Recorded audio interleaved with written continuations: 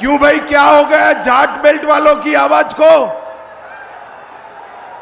मोदी जी को तीसरी बार प्रधानमंत्री बनाना है या नहीं बनाना है?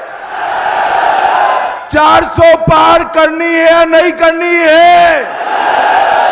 14 की 14 सीटों पर सपा का सुपड़ा साफ करना है या नहीं करना है? तो ऐसी आवाज नहीं चलेगी। आवाज मेरी बैठ गई है, आपकी कहां बैठी है? मेरे साथ दोनों हाथ उठाइए, सभी लोग अंत तक उठाए हाथ। विजय के विश्वास की मुट्ठी पीछे और प्रचंड आवाज से बोलिए, भारत माता की, भारत माता की।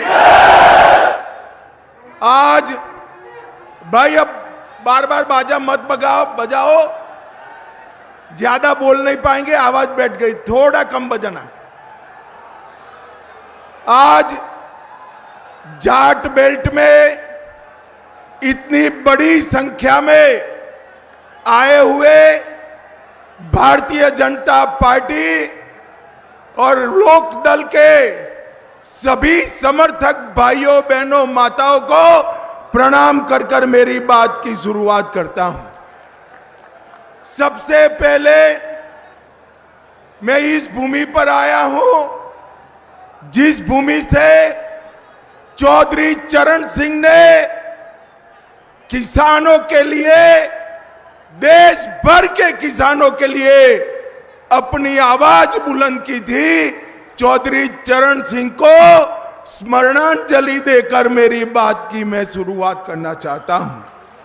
यहां के महान स्वतंत्रता सेनानी सुंदरलाल जी, हरदयाल जी, बिशंबर लाल जी, शांति नारायण जी को भी याद कर कर मेरी बात की शुरुआत करना चाहता हूं। भाइयों और बहनों, ये जो चुनाव है, ये चुनाव मोदी जी को तीसरी बार प्रधानमंत्री बनाने का चुनाव है। मुझे बताओ, मोदी जी को हम तीसरी बार प्रधानमंत्री बनाना चाहते हैं या नहीं चाहते? जोर से बोलो, चाहते हैं या नहीं चाहते?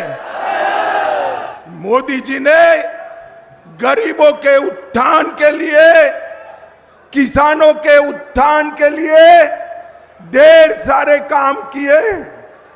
मोदी जी ने गुड़ और गन्ने के इस क्षेत्र के अंदर गन्ने के लिए राष्ट्रीय नीति बनाकर ढेर सारे बदलाव किए।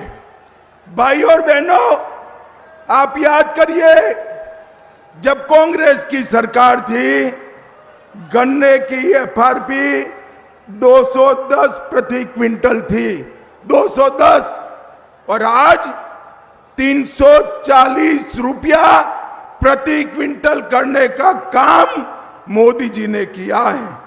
और भुगतान की जहां तक बात है, 95 से 17 में एवरेज भुगतान 23,000 करोड़ होता था, आज 2,50,000 करोड़ रुपया गन्ने का भुगतान करने का काम भारतीय जनता पार्टी की सरकार ने किया है।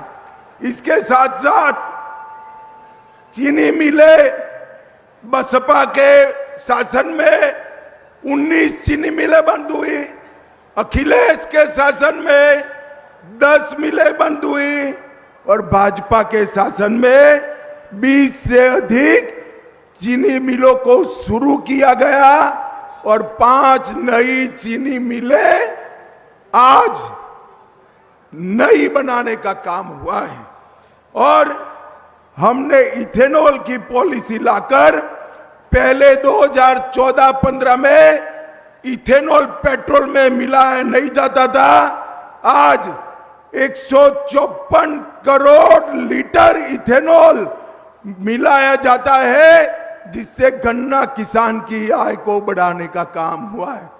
भाइयों और बहनों, बैठ जाओ भैया, बैठ जाओ, कुछ नहीं है, बैठ जाइए, जरा बैठ जाइए सब लोग। भाइयों और बहनों, मुझे बताओ, ये कश्मीर जो है हमारा है या नहीं है? जोर से बोलो, कश्मीर हमारा है या नहीं है? धारा 370 हटनी चाहिए थी या नहीं हटनी चाहिए थी? एक कांग्रेस वाले 50-50 साल से धारा 370 को संभाल पर बैठे थे। मोदी जी ने दूसरी बार जब आपने प्रधानमंत्री बनाया, धारा 370 को समाप्त कर कर कश्मीर को भारत के साथ जोड़ने का काम किया। भाई और बहनों, नरेंद्र मोदी जी ने कश्मीर में से आतंकवाद को समाप्त करने का काम किया है। सर्जिकल स्ट्राइक और एयर स्ट्राइक कर कर पाकिस्तान के घर में घुसकर आतंकवादियों का सफाया करने का काम नरेंद्र मोदी जी ने किया है। भाई और बहनों, ये जो घमंडिया गठबंधन है, अखिलेश यादव जी की पार्टी, कांग्रेस पार्टी, ये कभी नहीं चाहते थे अयोध्या में राम मंदिर बने। मुझे बताओ, अयोध्या में राम मंदिर बनना चाहिए था या नहीं बनना चाहिए था? जोर से बोलो, बनना चाहिए था या नहीं बनना चाहिए था?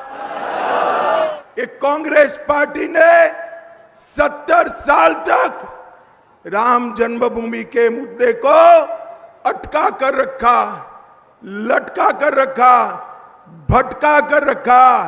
मोदी जी ने केस भी जीता, भूमि पूजन भी किया और 22 जनवरी को रामलला की प्राण प्रतिष्ठा भी कर दी है। मोदी जी ने देश को सुरक्षित किया है।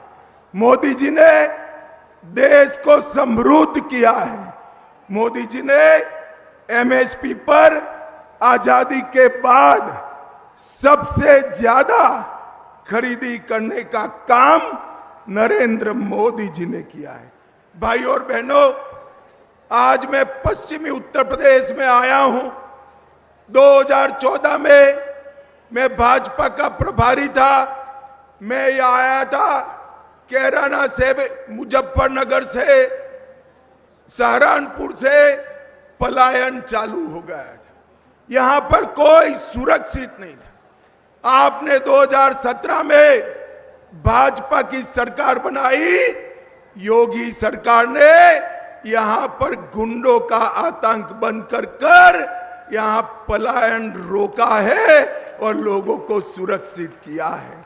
और इसके साथ साथ अब निर्दोष नागरिकों की जगह अब उत्तर प्रदेश से गुंडे पलायन करने लगे हैं। इस प्रकार की स्थिति उत्तर प्रदेश में बनाने का काम भारतीय जनता पार्टी की योगी आदित्यनाथ की सरकार ने किया है। भाई और बहनों, ये चुनाव में जो घमंडिया गठबंधन इकट्ठा हुआ है, 12 लाख करोड़ के घपले, घोटाले, भ्रष्टाचार करने वाले लोग इकट्ठा हुए। मैं आपको बताना चाहता हूं, मोदी जी चौधरी चरण सिंह जी के गौरव समारोह में आए, उस दिन उन्होंने भ्रष्टाचारी बचाओ रैली बनाई और वो रैली में भ्रष्टाचारियों को संरक्षण देने की बात करी। मैं आज इस मंच से समग्र उत्तर प्रदेश की जनता को कहना हूं, 2014 में मोदी जी ने कहा था, जिन्होंने भ्रष्टाचार करा है वो जेल में जाएंगे, और 2024 में भी कह रहे हैं, जिसने भ्रष्टाचार किया है वो जेल की सलाखों के पीछे चले जाएंगे। मुझे बताओ, जिन्होंने 12 लाख करोड़ रुपए का भ्रष्टाचार किया, उनको जेल में डालना चाहिए या नहीं डालना चाहिए? जोर से बोलो, डालना चाहिए या नहीं डालना चाहिए? भाई और बहनों, उनका मकसद परिवार के लोगों को मुख्यमंत्री, प्रधानमंत्री बनाना है। मोदी जी का मकसद देश के किसान, गरीब, मजबूत दलित और आदिवासी को मजबूत बनाकर अपने पैर पर खड़ा रहना है।